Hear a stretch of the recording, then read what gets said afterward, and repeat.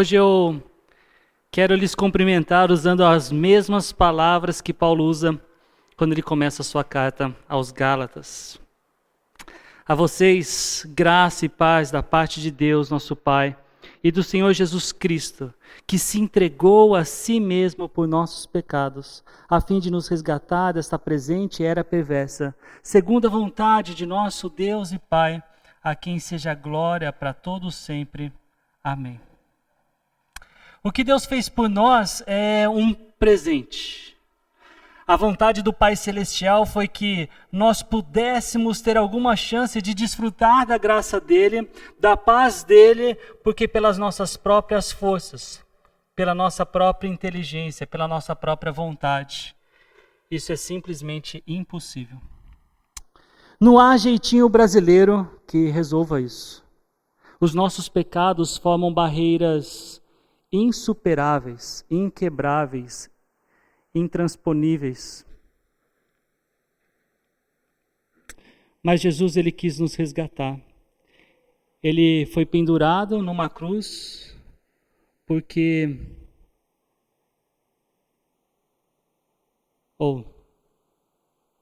ele não cometeu nenhuma imoralidade ou nenhum pecado.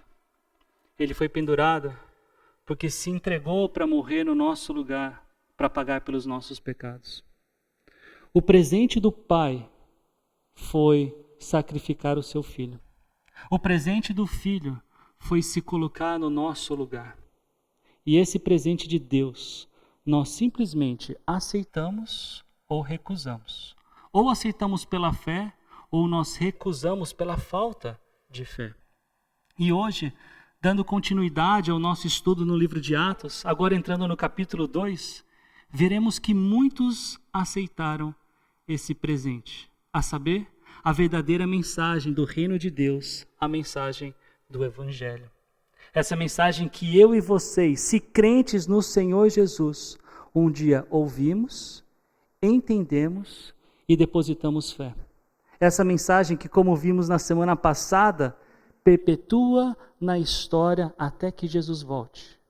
Essa mensagem que eu e vocês podemos anunciar e sermos instrumentos de Deus para a transformação eterna de pessoas pecadoras como eu e vocês. Então vamos orar e pedir para que Deus nos ajude. Senhor, muito obrigado pela forma como o Senhor nos junta para podermos desfrutar da Tua palavra, aprender dela. Senhor, que hoje seja agradável para Ti. Que a nossa concentração, a nossa disposição, a abertura do nosso coração para captar a mensagem, para vivê-la, seja o nosso sacrifício, Pai, em prol do Teu reino. É o que pedimos em nome de Jesus. Amém.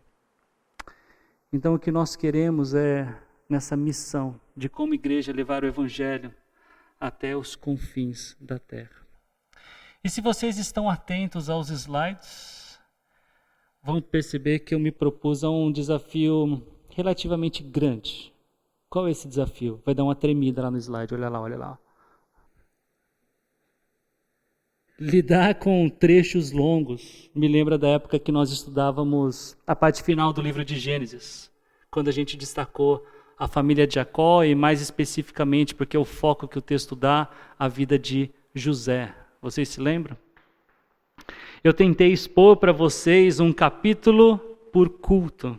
E eu sei que eles eram longos, eu sei que eles eram cansativos, mas eu também sei que algumas daquelas mensagens foram valiosíssimas para afirmarmos a nossa expectativa de estudo da Bíblia para a nossa igreja.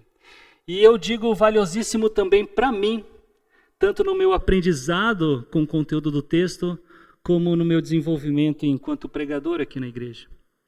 Um dos comentários que eu mais recebo de visitantes aqui é sobre o nosso tempo de culto a Deus. E o que vocês acham que eles dizem? Isso, que é curto, que é rápido.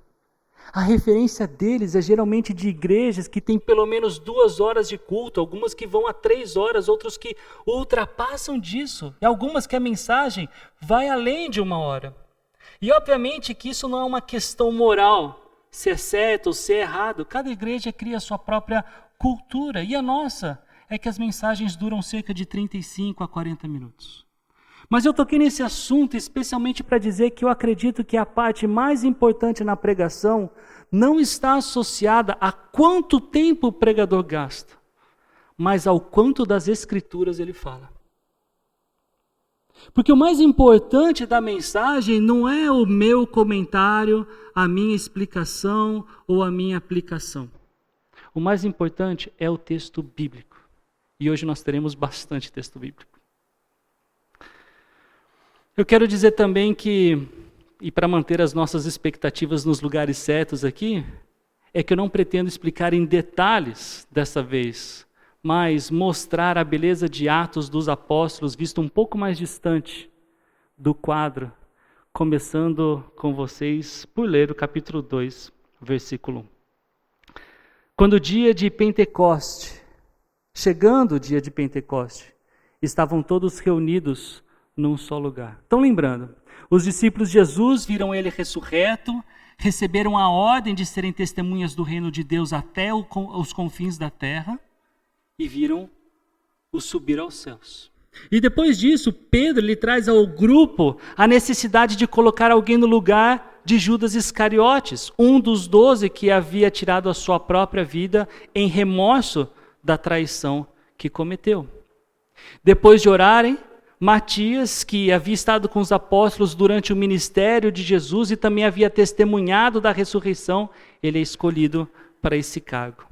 Mas o que mais liga o capítulo 1 ao capítulo 2 de Atos é a ordem e a promessa que Jesus faz nos versículos 4 e 8 de Atos 1, como vemos. Não saiam de Jerusalém, esperem pela promessa. Essa foi a ordem dada e eles cumpriram. A promessa foi essa, no versículo 8. Receberão poder quando o Espírito Santo descer sobre vocês. Então, chegando o dia de Pentecostes, aliás, que dia é esse? E essa é uma menção a uma das festas que os judeus, nas suas celebrações, ou das de várias celebrações que eles tinham, deveriam peregrinar para o templo em agradecimento a Deus pelo dom da terra, por poderem cultivar e colher. Era a festa das semanas, o Shavuot, mas também conhecido como a festa das colheitas ou o dia das primícias no Antigo Testamento, que acontecia exatamente no 50º dia depois da Páscoa, entre a colheita da cevada e a colheita do trigo. E por isso o nome Pentecostes, que significa exatamente 50º. E por ser uma festa de peregrinação, e vocês podem ver isso em Êxodo, capítulo 23, dos versículos 14 a 17, Jerusalém estava com muitos visitantes, muitos judeus na cidade. E lá, de repente, veio do céu um som, como de um vento muito forte, e encheu toda a casa na qual estavam assentados. E viram que parecia línguas de fogo, que se separaram e pousaram sobre cada um deles. Toda essa situação tão única para aqueles discípulos e para a história, porque essa foi a única vez que aconteceu e nunca será repetido. Já passou por diversas tentativas de ser representado. Em arte, por exemplo, essa daí. E obviamente, eu vou mostrar para vocês algumas, obviamente que nenhuma dessas ilustrações consegue mostrar plenamente o que aconteceu. Talvez o maior êxito seja justamente comprovar a complexidade da cena, que, como veremos nos próximos versículos, também não foi entendida, mesmo por aqueles que estavam presentes naquela ocasião. Pelo menos, não até Pedro explicar. Essa daí é uma das minhas preferidas. Mas o autor dessa ilustração, ele se lembrou que o texto diz que eles estavam assentados. Toda essa cena foi o que aconteceu para que todos ficassem cheios do Espírito Santo e começassem a falar noutras línguas conforme o Espírito os capacitava. É importante saber que as ações do Espírito Santo na história não começaram aqui. Ele é Deus, o Espírito Santo é Deus e, portanto, ele é eterno. E a Bíblia nos mostra a sua presença desde a criação do mundo, quando diz que o Espírito de Deus se movia sobre a face das águas. Todo esse espetáculo que possivelmente aconteceu no templo, a julgar pelo último versículo do Evangelho de Lucas, era o cumprimento da promessa sobre a qual Jesus havia falado. O poder que os seus discípulos receberiam para serem suas testemunhas numa missão humanamente impossível, alcançar o mundo. Assim, todos eles em Jerusalém, como havia sido a ordem de Jesus, ficaram cheios do Espírito Santo. Ou seja, todos eles foram especialmente capacitados pelo próprio Deus. E como resultado, começaram a falar em outras línguas que eram faladas em outros lugares do mundo. Línguas que eles não sabiam e que seguramente eram um sinal do poder que havia recebido para encararem a missão de irem até os confins da terra com a mensagem do reino de Deus. O texto continua dizendo que, naquela época, judeus devotos de todas as nações viviam em Jerusalém. E aqui Lucas, o autor de Atos, ele está preparando os seus leitores ou a sua audiência do seu livro para perceberem como a mensagem do reino pode ter ido para outros cantos do planeta, até mesmo para aqueles cantos que nenhum dos apóstolos se dirigiu depois de Pentecostes. Ali em Jerusalém, naquela época, tinha judeus, diz o texto, de todas as nações. E estes são os judeus que testemunharam do forte som e aquilo que se parecia com línguas de fogo. Alguns desses judeus, em breve, voltariam para suas terras de origem. Vale dizer aqui que a palavra grega que traduz viviam nesse versículo, ela geralmente tem esse sentido de morar, de habitar. Mas ela também pode se referir a uma residência de temporada. De fato, se você tem a Nova Versão Internacional da sua mão, você nem vai ver esse verbo de viver, né, porque vai dizer que eles foram para Jerusalém. Então pode ser que Lucas aqui ele estivesse falando tanto dos judeus que moravam em Jerusalém, quanto aqueles que visitavam Jerusalém em função dessa festa do Shavuot, o Pentecostes, e que estavam naqueles dias residindo em Jerusalém. Esses judeus, diz o texto, eram devotos, ou como diz na NVI, eram tementes a Deus. E isso significa que eram judeus que levavam a sério a sua fé. Judeus de todas as nações que ficaram muito curiosos, ou melhor, perplexos, porque ouviam aqueles homens que ficaram cheios do Espírito Santo falando na sua própria língua materna. E não é porque o milagre aconteceu nos ouvidos, mas era porque o Espírito Santo estava capacitando os discípulos de falarem em outras línguas. E que inclusive intensifica nós pensarmos na intenção de Deus em salvar gente de todo o planeta, unindo pessoas de todas as línguas, povos e raças, como descrito lá em Apocalipse capítulo 5, ou como profetizado em Gênesis 12, na aliança com Abraão. Esses judeus devotos ficaram atônitos e maravilhados, se perguntando: acaso não são galileus todos estes homens que estão falando? Então como os ouvimos, cada um de nós, em nossa própria língua materna? Então percebam que aqueles judeus não estavam entendendo o que estava acontecendo. Tudo aquilo foi tão singular, tão único, tão inesperado, que o texto diz que eles ficaram atônitos e maravilhados. Por quê? Galileu falando outra língua. Galileu falando a minha língua e a língua desses outros aqui que vieram de nações ou tão distantes daqui de Jerusalém? Não pode ser. Partos, medos e elamitas, habitantes da Mesopotâmia, Judéia e Capadócia, Ponto e da província da Ásia, Frígia e Panfilha, Egito e das partes da Líbia, próximas a Cirene, visitantes vindos de Roma, tanto judeus como convertidos ao judaísmo, cretenses e árabes. Nós os ouvimos declarar as maravilhas de Deus em nossa própria língua. Pessoas de diferentes lugares ouviam os discípulos falando em suas próprias línguas. E o que eles falavam? eles declaravam as maravilhas de Deus. Eles falavam das coisas maravilhosas que Deus fez. Notem, eles ficaram cheios do Espírito Santo para declararem as maravilhas de Deus para as pessoas de todo o mundo. E mesmo assim, aqueles judeus ainda não entendiam. Atônitos e perplexos, todos perguntavam uns aos outros: que significa isto? Alguns, todavia, zombavam deles e diziam: eles beberam vinho demais. E esse foi o gatilho para que o apóstolo Pedro, semelhante a como fez no capítulo 1, se levantasse e tomasse alguma providência.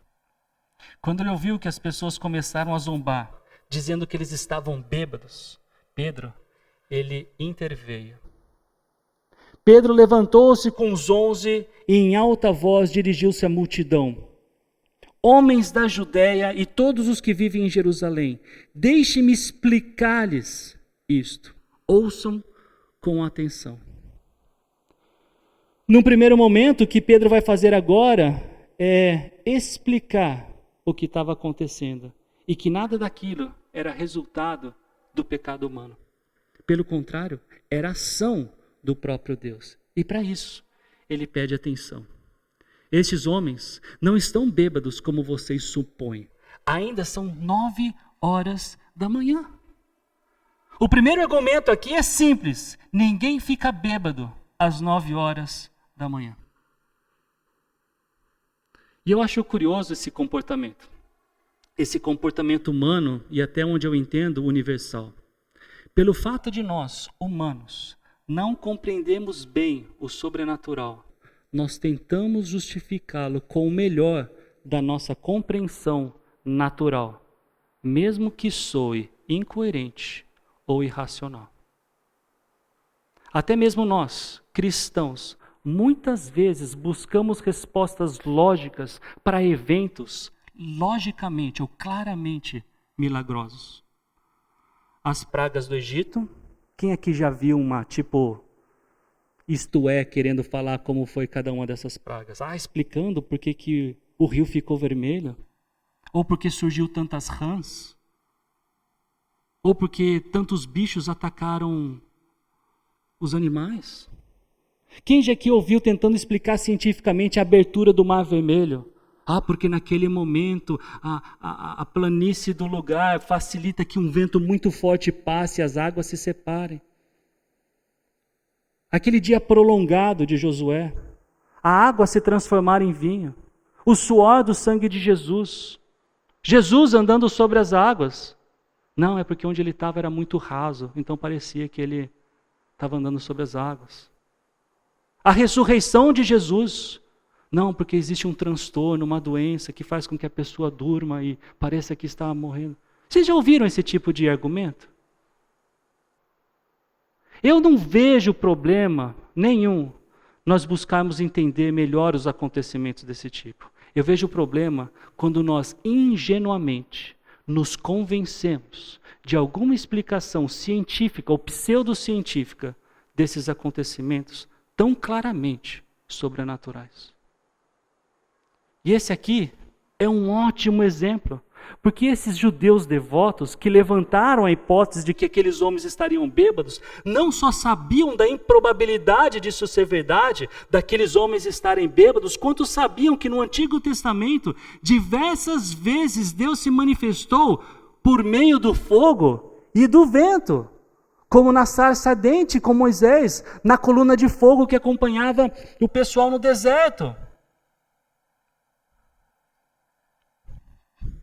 Pelo que aconteceu no Monte Sinai, e eu estou falando agora de fogo, de vento, aquela primeira visão de Elias, que ele não estava nem no vento forte, ele estava numa brisa suave, na travessia do Mar Vermelho, porque passou um vento forte para separar as águas, na visão de Ezequiel do Vale dos Ossos.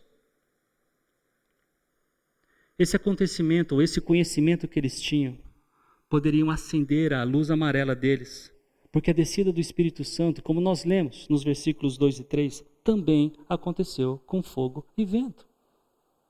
Essas antigas teofanias, é assim que a gente fala em teologia, se elas fossem relembradas, elas poderiam funcionar para chamar a atenção desses judeus, tendo em vista que o que acontecia ali era uma manifestação com elementos que Deus também se faz presente para o povo de Israel no Antigo Testamento. De qualquer forma, Pedro agora ele vai ser bem direto, dando continuidade à explicação dele. Pelo contrário, isto é o que foi predito pelo profeta Joel. Nos últimos dias, diz Deus, derramarei do meu espírito sobre todos os povos. Os seus filhos e as suas filhas profetizarão, os jovens terão visões, os velhos terão sonhos. Sobre os meus servos e as minhas servas derramarei do meu espírito naqueles dias. E eles profetizarão. Mostrarei maravilhas em cima no céu e sinais embaixo, na terra, sangue, fogo e nuvens de fumaça. O sol se tornará em trevas e a lua em sangue, antes que venha o grande e glorioso dia do Senhor. E todo aquele que invocar o nome do Senhor será salvo. O que foi que Pedro explicou? Ele dá o seu segundo argumento do porquê aquilo não era um bando de galileus bêbados. Ele menciona o capítulo 2 de Joel, dos versículos 28 a 32, para ilustrar o derramamento do Espírito Santo. Pedro ele não está ensinando que a profecia de Joel está se cumprindo, mas mostrando para os judeus que ali estavam, que nada daquilo que eles testemunhavam deveriam lhes surpreender, porque o próprio profeta Joel falava sobre o derramamento do Espírito Santo. Agora, com o evento explicado, o que Pedro faz? Ele liga tanto os acontecimentos quanto as explicações dos acontecimentos com o Evangelho. Vejam, israelitas, ouçam estas palavras. Jesus de Nazaré foi aprovado por Deus diante de vocês por meio de milagres, maravilhas e sinais que Deus fez entre vocês por intermédio dele, como vocês mesmos sabem. Pedro sabia que aqueles judeus tinham algum conhecimento de quem era Jesus. O que Cristo tinha feito entre os judeus da sua época foi testemunhado por centenas de judeus, e os números de pessoas que ficaram sabendo sobre os seus feitos eram milhares. Pedro continua. Este homem lhes foi entregue por propósito determinado e pré-conhecimento de Deus. E vocês, com a ajuda de homens perversos, o mataram, pregando-o na cruz.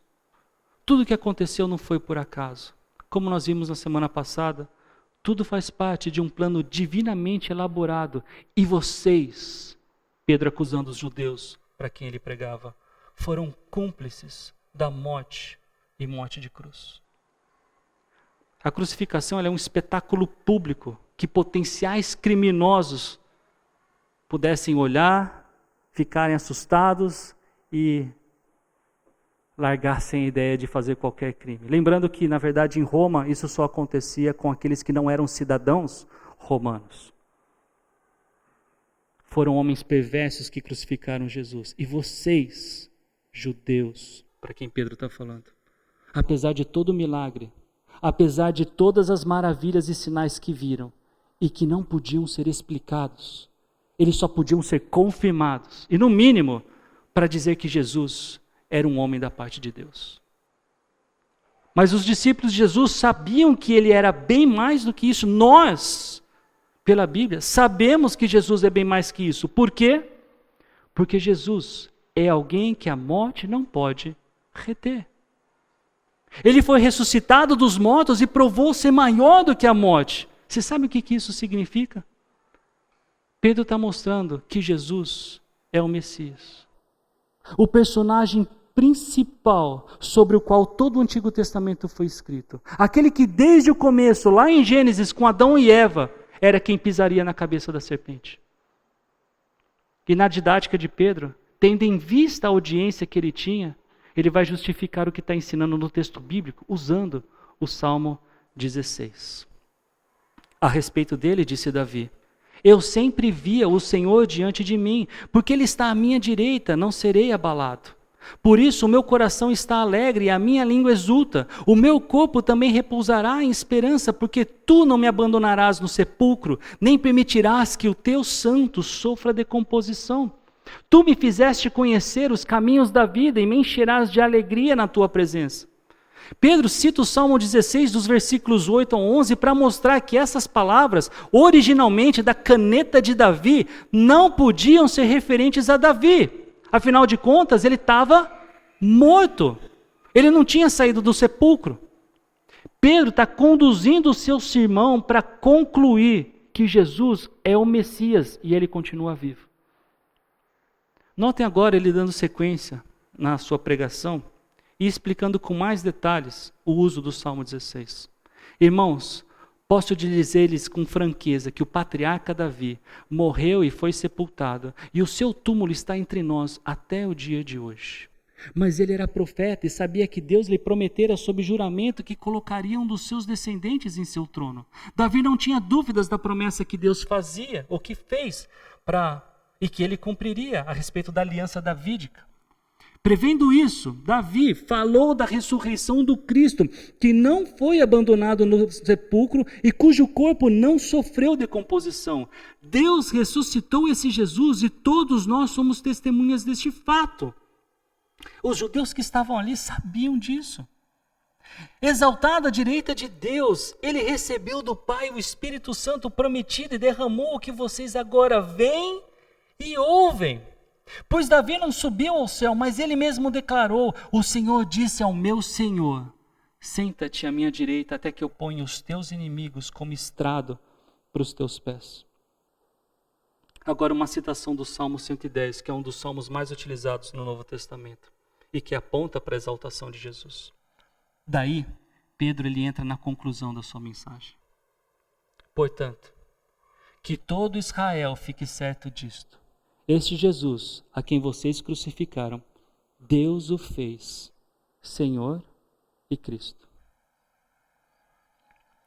Queridos, essa é uma das afirmações mais importantes de todo o discurso de Pedro. E que, na verdade, liga para o começo da sua pregação, quando ele citou o texto de Joel. E que, para quem não se lembra, terminava assim: e todo aquele que invocar o nome do Senhor será salvo. Esse Jesus é Senhor. Esse Jesus é quem Pedro está mostrando pelas Escrituras, e em especial pelo livro de Salmos, que ele é o Messias. E Pedro está fazendo tudo isso pensando especificamente na audiência que ele tinha, naqueles judeus. Ele disse: que todo Israel fique certo disto. Aqueles judeus eram tementes a Deus. Eles levavam a Bíblia a sério. Eles acreditavam que era a palavra de Deus, mas tinham uma expectativa sobre o Messias, que naquele tempo parecia não caber na pessoa de Jesus. E Pedro, cheio do Espírito Santo, ele está preenchendo as lacunas que esses judeus precisavam para entender a mensagem do reino de Deus tal como ela de fato é, mostrando que Jesus era o Cristo, o tão aguardado Messias. Pedro está dizendo: por causa da ignorância, especialmente da incredulidade, vocês crucificaram aqueles que Deus fez Senhor e Cristo. Queridos, deixe-me lhes perguntar uma coisa. Foram vocês que crucificaram Cristo? Pensa na sua resposta. E a resposta é que todos nós aqui, sem exceção, fomos quem crucificamos Jesus. A única contribuição que temos na maravilhosa obra de salvação do nosso Deus por nós é o pecado. O nosso pecado foi o motivo pelo qual Jesus morreu. Os judeus para quem Pedro pregava entenderam. O que lhes faltava para entender, Deus deixou bem claro por meio de Pedro. E com o entendimento veio o temor, veio a dúvida. Quando ouviram isso, os seus corações ficaram aflitos e eles perguntaram a Pedro e aos outros apóstolos: irmãos, que faremos? Queridos, quando pregamos o Evangelho, não é suficiente explicar. Não é suficiente pregar no sentido de somente informar o que é o Evangelho. Para que uma pregação seja de fato uma pregação, nós temos que mostrar o caminho de como abraçar o Evangelho, de como aceitá-lo, de como incorporá-lo à vida. Por isso, Pedro tão prontamente ele responde: arrependam-se. E cada um de vocês seja batizado em nome de Jesus Cristo para perdão dos seus pecados e receberão o dom do Espírito Santo. Há muita coisa que eu poderia comentar com vocês a respeito desse versículo, mas hoje eu quero focar no que claramente se destaca nesse texto: a ação de se arrepender. Arrependimento é o que todos passamos para poder desfrutar da salvação do Senhor. Arrependimento não é remorso. Arrependimento envolve uma mudança de pensamento. Eu antes pensava de um jeito e agora, arrependido, eu penso de outra forma. O arrependimento no Antigo Testamento, inclusive, destaca essa reorientação da vida. Mas a pergunta que não quer calar, ainda mais pensando especificamente nesse versículo, é: do que nós devemos se arrepender?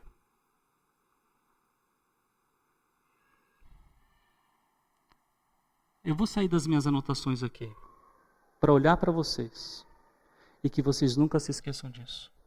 Evangelizar não significa levar as pessoas para se arrepender de qualquer pecado.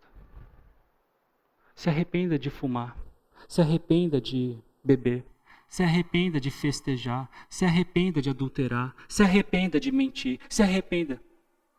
As pessoas podem se arrepender. Mas essas que se arrependeram dessas coisas vão para o céu? Por que não? Porque esse não é o alvo do arrependimento.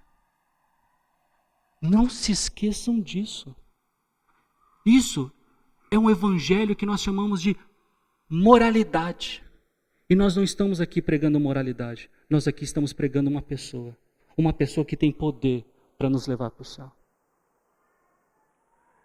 Então, pare e pense no que foi que você se arrependeu para que os seus pecados fossem perdoados. Eu não sei se tem um versículo em um contexto mais claro do que esse para apresentar o arrependimento que gera perdão dos pecados e o recebimento do Espírito Santo, igual salvação. No versículo 36, Pedro disse: este Jesus a quem vocês crucificaram, Deus o fez Senhor e Cristo. O que eu preciso me arrepender é de pensar em Jesus como alguém diferente disso. Antes da minha conversão, Jesus não era suficiente para pagar pelos meus pecados. Ele não era Senhor. Ainda que eu o via como Deus, a minha compreensão do que era Deus não era o que a Bíblia me fala que é Deus. Daquilo que a Bíblia me apresenta como Deus. Eu precisei me arrepender disso, de mudar o meu paradigma, de ter uma reorientação do que eu pensava a respeito daquilo.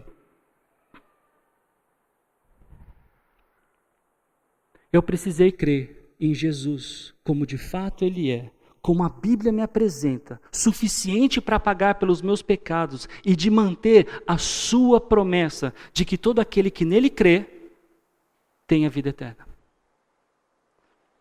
Quem é Jesus Cristo para vocês? Pode ser que você precisa se arrepender de mudar a sua concepção sobre quem você pensa ser Jesus, para ajustar a sua perspectiva à verdade bíblica. Por quê? Porque Ele é Senhor. Porque Ele é Cristo. É o nome dEle que devemos invocar se é que nós queremos ser salvos dessa geração corrompida, a qual sem Ele nós pertencemos. Pulei um versículo, mas diz assim: com muitas outras palavras os advertia e insistia com eles: salvem-se dessa geração corrompida. A promessa de Deus ou o presente da salvação de Deus é para qualquer pessoa que esteja em Jerusalém, na Judéia, na Samaria e até mesmo nos confins da terra.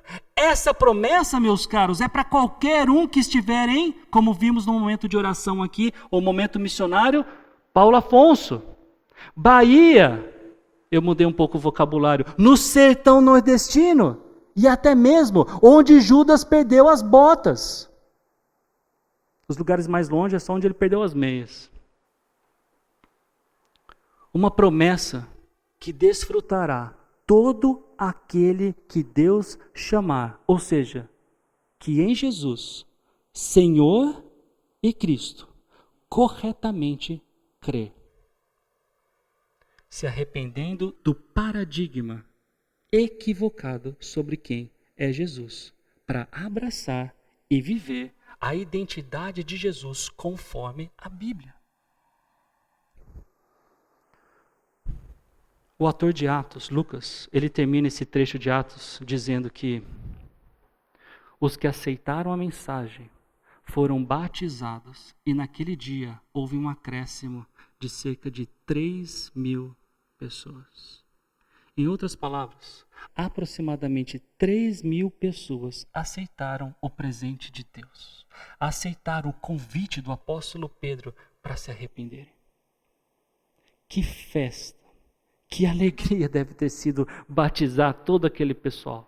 De 120 discípulos, de 120 pessoas, para 3.120. Por quê?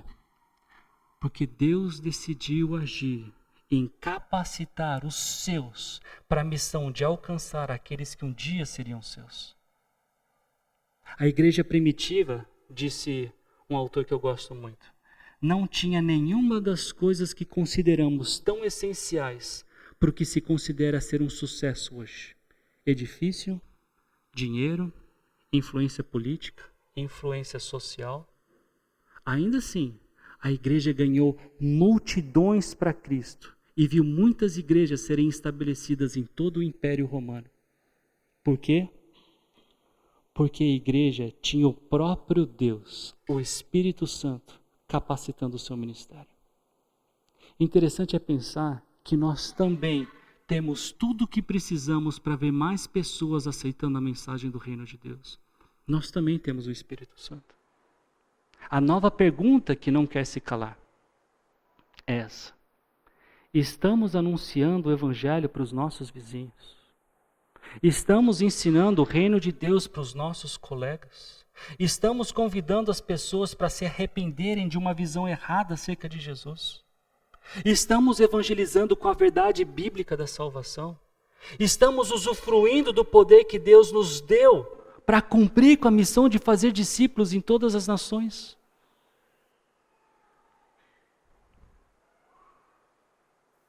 Eu vou parar 10 segundos para você responder para si mesmo.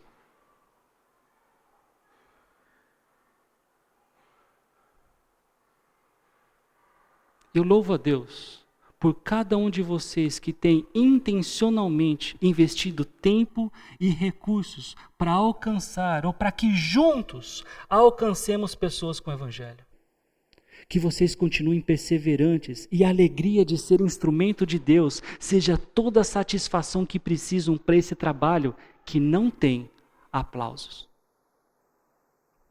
mas tem uma festa nos céus, onde um dia, por causa da graça de Deus, todos nós que cremos em Cristo, um dia estaremos. Ao considerar o texto de hoje, eu entendo que Deus, Ele quer falar com cada pessoa na sua própria língua, ou no seu próprio linguajar, e anunciar a palavra da salvação em Jesus Cristo. A ênfase do livro de Atos está na evangelização mundial, até os confins da terra. O nosso Deus é missionário. E quanto mais nos aproximamos dele, mais intensamente e intencionalmente nos tornamos como ele, missionários. Então vamos orar. Senhor, muito obrigado pelo exemplo que temos nesse texto. São tantas as considerações que poderiam ser feitas. Mas eu creio, Pai, que essa é a principal. Mostrar como aqueles judeus que eram tementes a Deus, que eram tementes ao Senhor, compreendiam de forma equivocada a respeito da Tua palavra e a respeito de Jesus. Mas pela Tua capacitação, Pedro falou a verdade, baseou na verdade, na Tua palavra, e as lacunas que eles precisavam foram preenchidas. compreendendo a verdade, aceitando a verdade e se tornando como um de nós, filhos do Senhor. Pai, nos dê coragem, nos dê sabedoria, nos dê essa ousadia de falar, de anunciar, de sermos representantes fiéis do Teu reino. Nos ajude, Senhor. Não queremos perder o tempo da nossa vida com questões secundárias ou outras questões, Pai, que muitas vezes tem mais a ver com a nossa o próprio desejo de satisfação pessoal. E eu sou tentado a isso, Pai. Por isso, nos ajude. Esteja conosco, nos capacite, Pai, nos encha com o Teu Espírito, para fazermos o que devemos fazer, para que o Senhor seja glorificado e para que um dia as pessoas que tivemos a oportunidade de evangelizar estejam conosco, cantando, louvando o Teu nome, Santo, Santo, Santo. Eu aguardo ansiosamente por esse dia, Pai. Nos use. Eu oro assim em nome de Jesus. Amém.